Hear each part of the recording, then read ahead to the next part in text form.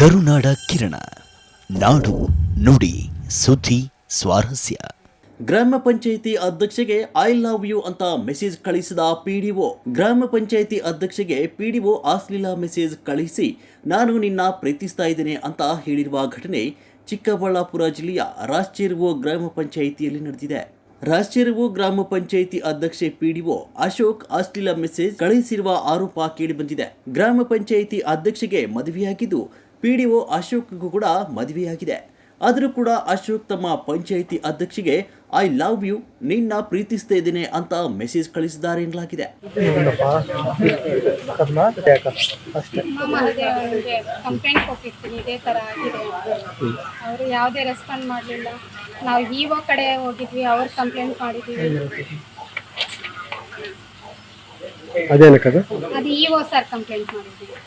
ಮತ್ತೆ ಸಿಇಒಗೆ ಕಂಪ್ಲೇಂಟ್ ಮಾಡಿದ್ದೀವಿ. ಯಾವುದೇ ಕ್ರಮ ತಗೊಂಡಿಲ್ಲ.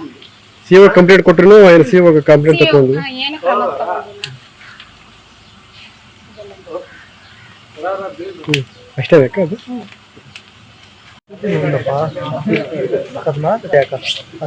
ಮಹಾದೇವನಿಗೆ ಕಂಪ್ಲೇಂಟ್ ಕೊಟ್ಟಿರ್ತೀನಿ, ಇದೇ ಥರ ಆಗಿದೆ. ಅವರು ಯಾವುದೇ ರೆಸ್ಪಾಂಡ್ ಮಾಡಲಿಲ್ಲ. ನಾವು ಇಒ ಕಡೆ ಹೋಗಿದ್ವಿ, ಅವ್ರು ಕಂಪ್ಲೇಂಟ್ ಮಾಡಿದ್ದೀವಿ. ಅದು ಇಒ ಸರ್ ಕಂಪ್ಲೇಂಟ್ ಮಾಡಿದ್ದೀವಿ. ಮತ್ತೆ ಸಿಇಒಗೆ ಕಂಪ್ಲೇಂಟ್ ಮಾಡಿದ್ದೀವಿ. ಯಾವುದೇ ಕ್ರಮ ತಗೊಂಡಿಲ್ಲ.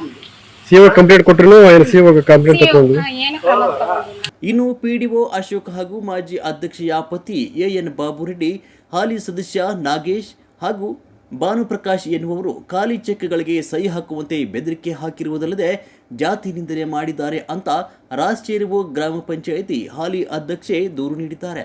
ಸದ್ಯ ಚೇಳೂರು ಪೊಲೀಸ್ ಠಾಣೆಯಲ್ಲಿ 4 ವಿರುದ್ಧ ಎಫ್ಐಆರ್ ದಾಖಲಾಗಿದೆ.